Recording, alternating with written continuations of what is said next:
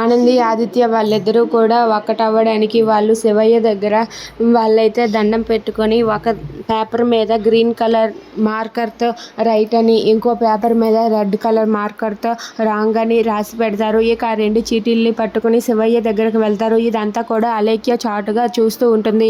ఇక అలేఖ్య అలా చూస్తూ ఉండగా ఆనంది అయితే ఆదిత్య గారి దగ్గరకు ఆ రెండు చీటీలు పట్టుకుని వచ్చి ఇలా అంటూ ఉంటుంది. ఆదిత్య గారు, మనం ఈ రెండు చీటీల్ని కూడా శివయ్య ముంగట పెట్టి దండం పెట్టుకుందాం. దండం పెట్టుకొని ఇలా కోరుకుందాం, దివ్య ఆరోగ్యం నయమయ్యేంత వరకు మన ఇద్దరం ఒక్కటి కాకుండా ఉండాలి అంటే రెడ్ వస్తుంది. అదే లేదు మన జీవితాన్ని ఇలాగే కొనసాగించాలి అంటే గ్రీన్ వస్తుంది. మనం ఆ శివయ్యను కోరుకొని ఏదో ఒక చీటీ తీద్దాం సరేనా అని చెప్పి అంటుంది. అది వినగానే అక్కడ ఉన్న ఆదిత్య అయితే సరే ఆనంది అని చెప్పి అంటాడు. వెంటనే ఆనంది ఆ రెడ్ అలాగే గ్రీన్ ఆ రెండింటిని కూడా మడత పెట్టి ఫోల్డ్ చేసి తనైతే శివయ్య ముంగట పెట్టి దండం పెట్టుకుంటూ ఉంటుంది. అలా ఆనంది, ఆదిత్య వాళ్ళిద్దరూ కూడా ఆ శివయ్యకు దండం పెట్టుకుంటూ ఉంటారు. అలా వాళ్ళిద్దరూ కూడా శివయ్య ముందు చీటీలు పెట్టి కళ్ళు మూసుకొని దండం పెట్టుకుంటూ ఉంటే ఇంతలో అక్కడికి అలేఖ్య వచ్చి రెండు చీటీలు రెడ్ కలర్లో రాస్తుంది.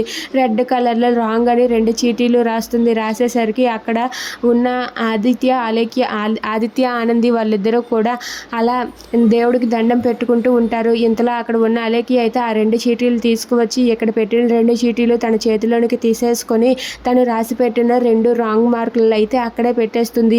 ఇక ఆనంది అది గమనించక దేవుడికి దండం పెట్టుకుంటూ ఉంటుంది. ఇక అలేఖ్య అయితే తను చాలా తప్పు చేస్తూ తనైతే ఆ చీటీలను తీసి రెండు రెడ్ మార్క్ ఉన్నవే అక్కడ పెట్టేస్తుంది. పెట్టేయటంతో అక్కడ ఉన్న ఆనంది, ఆదిత్య వాళ్ళిద్దరూ కూడా దేవుడికి దండం పెట్టుకొని ఆ చీటీలను తీయాలని అనుకుంటారు. ఇక అది చూసి ఆనంది అయితే కంగారు పడుతూ ఉంటుంది. Please subscribe our channel.